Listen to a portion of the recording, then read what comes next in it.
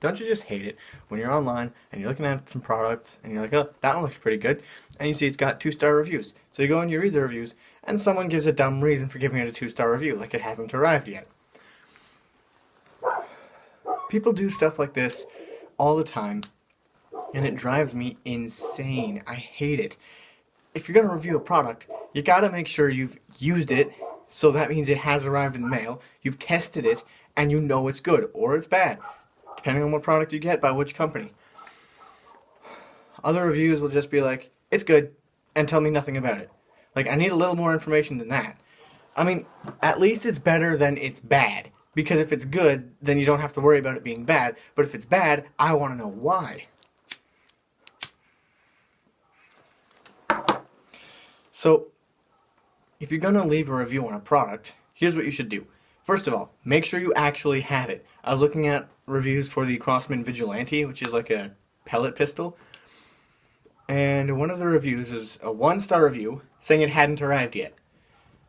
And I'm like, why did you even write the review then? You're not qualified if you don't receive the product and test it to say it's bad. It is quite good, by the way. So, if you're going to write a review, keep these things in mind. Get it. Test it. Make sure you know what you're talking about. And don't leave a 6-paragraph essay on why you think it's one or the other. So, let's say you bought something. Let's say you bought a knife, because I like knives. And it arrives in the mail and it's broken. Okay, that's kind of a little off-putting. You could write a review giving it like however many stars at that point and say it arrived in the mail broken. I'm going to order another one and hopefully it's not broken. And then if another one arrives and it's not broken, then you're good to go. If you get a knife and you pull it right out of the box and say it's the best knife ever, well, you haven't tested it unless it's a knife you already know is good. I have a few knives like that I already know are good before I even tested them. Like most CRKT knives, I don't actually have CRKT knives, but if I did, then I could probably write a good review about those because CRKT is pretty good. They're a pretty good brand. So, when you get it, you've tested it, now you're writing a review. Well, like I said, you don't want a 6-paragraph essay. The best thing to do is maybe like an introduction paragraph. Be like, it arrived, I've used it for however long, owned it for this long. And then list the pros and cons. That's the best way to go about it. If you just say, this is a good product, you're not saying anything about the product. You're just saying it's good, which is, again, not as bad as just saying it's bad, which I have seen. People say, it's a bad product, don't buy it. Why isn't it a bad product? Maybe your reasoning is different from mine. I was looking at some knives online once. Saw this nice fixed blade that I wasn't going to buy. I didn't have money for it. It was like $250. And one of the reviews was a 1-star review talking about the sheath. Like, I don't care as much about the sheath as I do the actual knife. I'm not buying a knife to go with the sheath. I'm buying a sheath that goes with the knife. But I'm primarily buying the knife. It's like a main course. You got your main meal here, which is the knife, and then, like, an appetizer or a dessert. That's the sheath.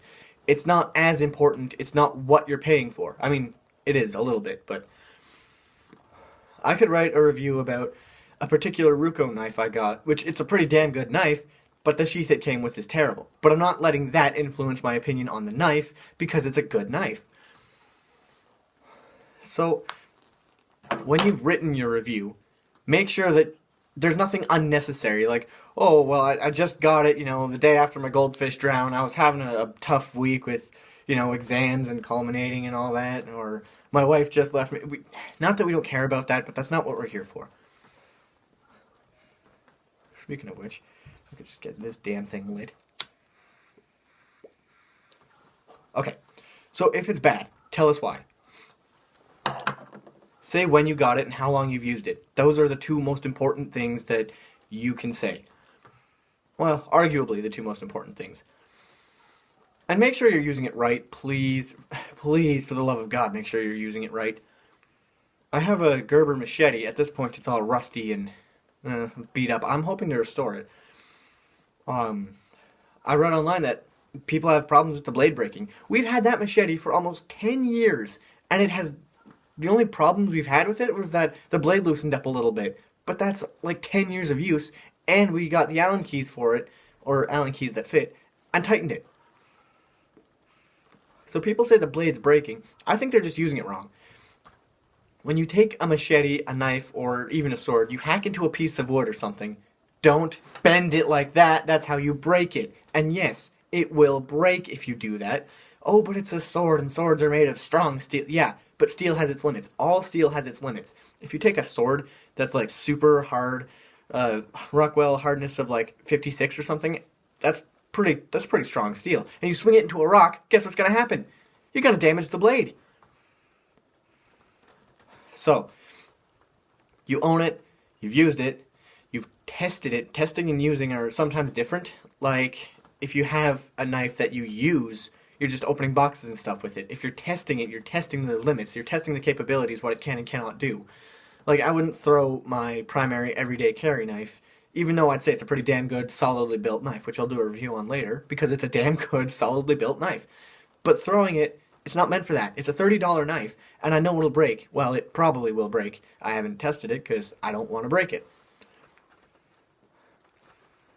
So you've tested it, and your review, please, make sure there's nothing unnecessary. Make sure you go into some amount, but not excessive detail when you write it, because there's nothing more irritating than you see a 1-star review. It's like, okay, well, why does this generally good product have a 1-star rating?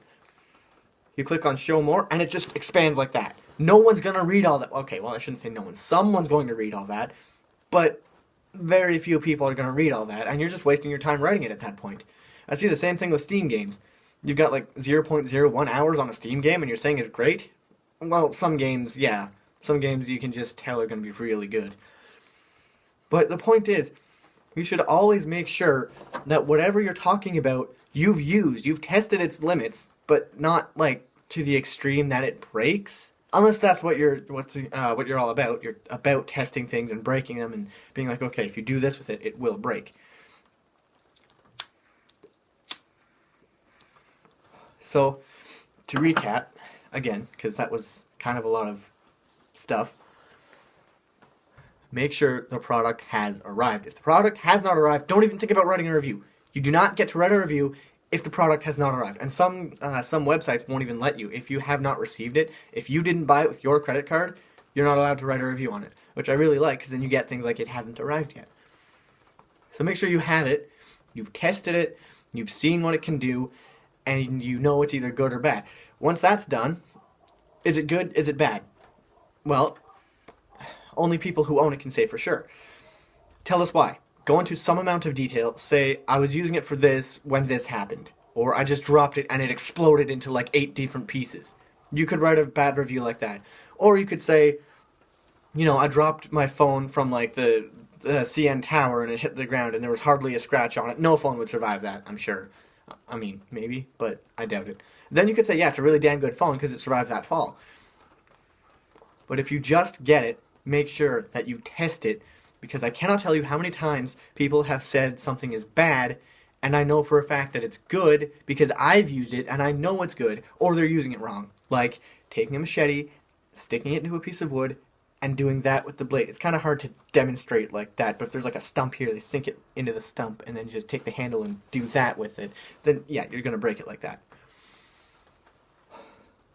I'm just doing this because I really hate seeing bad reviews that don't give me any explanation as to why. And I know making one crappy little video about it isn't going to change a whole lot. But sometimes I just feel like I have to tell people, and YouTube is often the best way to do that. Even though I don't think anyone really watches these, but what the hell. I could be like out doing other stuff, playing video games or whatever. Not that there's anything wrong with that, but I could be playing a lot more. I just do these because they're fun. Anyway, so I hope you kind of understand what I'm talking about here if you're gonna leave a review on something. Just please don't leave a 1-star review saying it's bad. Give some information on it, and don't review it if you do not own it or have not used it. If you don't own it but have tested it extensively, that's fine. But if you ordered it online, it hasn't arrived yet, don't write a review on it. That's all I'm going to say. And I'll see you in the... Well, I won't see you in the next one. You'll see me, but you get what I mean.